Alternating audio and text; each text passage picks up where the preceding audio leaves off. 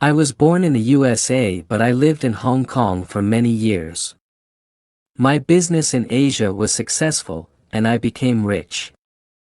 After 19 years, I decided to visit my home in New York. On my way from Hong Kong to New York, I stayed 1 week in California. I had a friend who lived in the city of San Francisco, and I wanted to see him again. His name was Michael Thompson, and he had been my friend for many years. We had written many letters to each other, but recently I had not received any news from him. Thompson had never had a job, his father gave him a little money, so he had never worked. Thompson was a superstitious man, he believed that luck or magic could make things happen in his life. He spent most of his time reading strange books, most of which were about occult philosophy. I called them books about magic. As soon as I arrived in San Francisco, I sent a message to Thompson's house. The message said, "I am staying in San Francisco for 3 days. May I visit you?" Surprisingly, an hour later, he sent a servant to my hotel with a reply, "Come to my house at once, my dear friend," he wrote. "Come this evening. You'll remember the house, I'm sure. It was my father's home. I live in a tower at one end of the house. You don't have to ring the bell or knock on the door. I'll tell the servants to go to bed, and I'll leave the front door of the tower open. Come up the stairs immediately. I'll be waiting for you. Please come soon." I rode in a cab to Thompson's house that evening. The weather was stormy, a strong wind was blowing, and cold rain was falling. I had forgotten that California is cold and wet in winter. I only remembered the sunshine, not the wind and the rain. Thompson's house was near the Pacific Ocean. It was an ugly 2-story building made of bricks. There was a tower at one end. The house was surrounded by a garden of many trees and beautiful plants, but now it was winter, and there were no leaves on the trees or flowers on the plants. The driver stopped his cab near the tower. Although the front door was only 5 yards away, I became soaked with rain as soon as I stepped out of the cab. I ran to the door of the tower and turned the handle. The door was unlocked, and I opened it. One small lamp burned on the stairway, and it did not give much light. The hall was full of shadows, and I could not see clearly. I climbed the stairs slowly, touching the wall with my fingers. At the top of the stairs, there was another door. I opened it and went into a room that was lit with another small lamp. Thompson came forward, held my hand, and shook it. He was wearing a nice long silk coat and nice soft leather slippers on his feet. His clothes were a bit old-fashioned and strange. We looked at each other, and I was shocked. I had not seen Thompson for many years. My friend had changed a lot. He had been a handsome man, but now his hair was gray, and his face was very pale. There were many lines around his eyes and mouth. Thompson looked like a thin old man, but he was not older than 50. His large and bright eyes shone strangely in the shadowy room. "Welcome, my friend. Please sit down," he said. Thompson offered me some wine and a cigar, and we talked a little, but I am afraid that our conversation was not very interesting. Meeting friends after many years can be difficult and can make you sad. Maybe Thompson guessed my thoughts. "I'm not as I was," he said, trying to make a joke. "Your Latin hasn't improved," I replied. My friend smiled. "Latin is a dead language, and I'm a dead man," he said. Then his smile disappeared, and he said, "I'll die very soon." I did not know what to say. I smoked my cigar and drank my wine. We were both silent for several minutes. Outside, the wind had stopped blowing. I wanted to leave the house. Suddenly, I heard a strange noise, a tap. It was the sound of someone or something knocking. The sound was coming from one wall of the tower.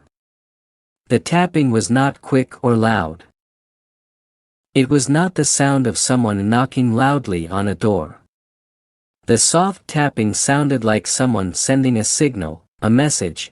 Thompson had forgotten me. He was staring at the wall. There was a strange expression on his face. My friend looked excited and afraid, his eyes shone brightly. I did not know what to do. Should I go or stay? I stood up. I see that you are very tired, I said. I'll leave. May I visit you tomorrow? Thompson turned his head and looked at me. Please stay, he said. There's no problem. Nobody is there. He walked to a small window and opened it. I had not noticed the window earlier. Look, he said. I walked across the room and looked out of the window.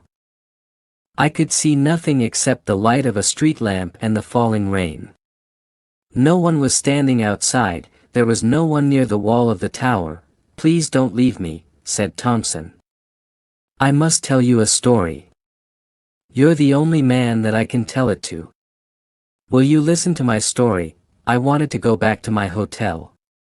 Thompson, his house, and the strange noise made me feel uncomfortable. I think that I am a sensible and intelligent man, but I felt unhappy and frightened in that old tower room. However, I did not want to upset my old friend. Very well, I said. I'll stay and listen. Thompson poured me another drink and offered me another cigar. Then he began to tell his story. I didn't move into this house until my father died, Thompson said. That was 10 years ago when I was about 40 years old. When my father died, I got his business, his property, and his money. Before his death, I lived in a large apartment building on Rincon Hill. Maybe you know that area of San Francisco. Rincon Hill was a fashionable area 50 years ago, but now it is run down and neglected. The owner of the apartment building rented out many of its small rooms. The walls of the rooms were thin, you could almost put your hand through them. I was lucky, Thompson went on, the rent was cheap, and I had a large room in the building. No one visited me, and no one disturbed me. I could study my books quietly. I lived happily on Rincon Hill. One morning, as I was leaving the apartment, I saw a young girl, Thompson continued. It was a warm day in June. She was wearing a white dress and a straw hat with brightly colored flowers and ribbons around the brim. Then I saw the girl's face. It's difficult to find words to describe it. Her face was strange and beautiful. I had never seen such a beautiful face before. Without thinking, I lifted my hat and bowed. She looked at me with shining brown eyes, but she didn't speak. I knew that she was pleased to see me, but she didn't smile.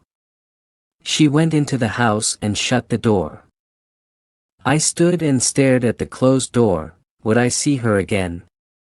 Should I speak to her? Would she speak to me? Maybe you think that these are the thoughts of a much younger man, said Thompson, and maybe you're right. Feelings were new to me. I'd never been in love before. I'd spent too many years with books and too little time with people. Now I believe that you're my only friend. Soon none of this will matter. I don't feel foolish when I talk to you. Thompson stopped speaking for a few moments, then he went on with his story. The next day, I waited in my apartment for many hours. I stared out of the window, I watched the street, but the girl didn't come out of the building. I didn't know her name. So I couldn't ask anyone about her. That night, I couldn't sleep. The next morning, I sat by the window again and waited. Then suddenly, she came out of the apartment building, and I went out too. But when I reached the street, she had disappeared. I didn't see where she had gone. So, I walked around the neighborhood. At last, I saw her in a narrow street. We smiled at each other. She recognized me, I'm sure of that. From that time, I often went out when the girl went out. She always wore the straw hat with the brightly colored flowers and ribbons on its brim.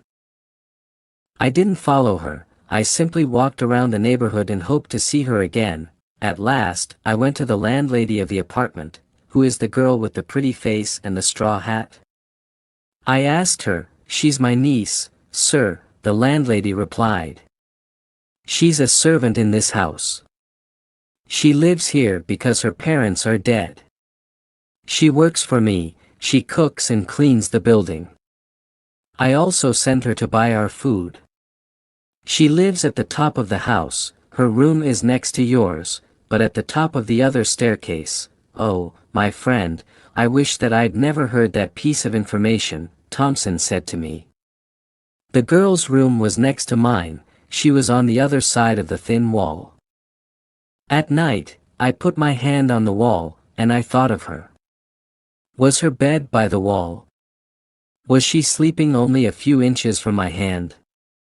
I couldn't study because of the girl, said Thompson. My mind wasn't clear, I only thought about the girl.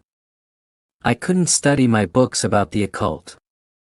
I'd never wanted to marry, Thompson went on. I'd never wanted a wife and children, I was only interested in learning, and I could never marry a poor, uneducated servant girl. My father would never have given his permission, all my money came from my father. If he had stopped giving me money. Well, what happened next? I asked. My friend looked at me sadly. I stopped waiting for her, and I stopped watching her. I only studied, I spent all my time reading my books. But one hot night, I couldn't sleep. Thoughts were racing around and around in my mind, I thought again and again about the beautiful girl. I wanted to be with her, she was only on the other side of the wall. I tapped on the wall, I tapped very gently 3 times. Tap, tap, tap. I tapped again, tap, tap, tap, tap. Then I felt foolish, I was behaving like a boy who was in love for the first time. I got out of my bed and began to study my books. Being a strange book, Thompson said, it was a book of occult philosophy by Necromantius. You would call it a book of magic and superstition. In his book, Necromantius describes how to be a fortune teller. Necromantius also wrote about strange and terrible things that happened 3 times. When these things happened 3 times, death would come. Necromantius called this a fatal triad. I believe that a fatal triad has happened to me, I asked. Why, what happened while I was alone reading that strange book by Necromantius, said Thompson. I heard a sound, it was a soft tapping sound. It came from beyond the wall, it was the answer to my own signal. Tap, tap, tap. I knew that the pretty servant girl was sending a message to me, she wanted me to come to her. I ran to the wall and tapped my signal again. But after that, there was silence, she didn't reply to any of my other signals. I listened for many hours, but I heard nothing more. For many days after this, I looked for the girl, Thompson said, but I never saw her again. I tried to forget her. Then one evening, I went to bed early because I was very tired. In the middle of the night, I awoke suddenly.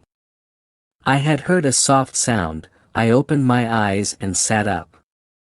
I heard a soft tapping on the wall beside the bed. In a few moments, it was repeated. Tap, tap, tap. I was going to reply to the signal, then I stopped. The girl hadn't replied to my last messages, would not reply to her now. Thompson drank a little wine and then continued. I lay in the bed listening, he said. But I didn't reply. At last, I must have slept. When I awoke, it was late, and I felt tired. I needed some fresh air, so I went out of my apartment. The landlady was outside my door. Oh, Mr. Thompson," she said, "have you heard the terrible news?" My heart began to beat quickly, my voice shook when I answered, "What news?" I asked her. "My poor niece was sick for a week," the landlady replied. "Didn't you know? I've seen you watching her. Didn't you know that she was ill?" "I was shocked," said Thompson. "I didn't know what to say. Yes, I had looked at the girl, but I'd never spoken to her. My mind was always full of thoughts of my books and thoughts of her. How much time had passed since I had seen the girl? Days? A week? I couldn't remember. "And how is your niece now?" I asked the landlady. "I'm sorry, sir," the landlady replied. "She was very ill last night, and I took care of her." The poor girl made only one request: she wanted her bed to be moved. She wanted her bed to be beside the wall next to your room. So, we moved her bed. This made her feel happier, poor thing. Then she touched the wall and smiled. A few hours later, she died.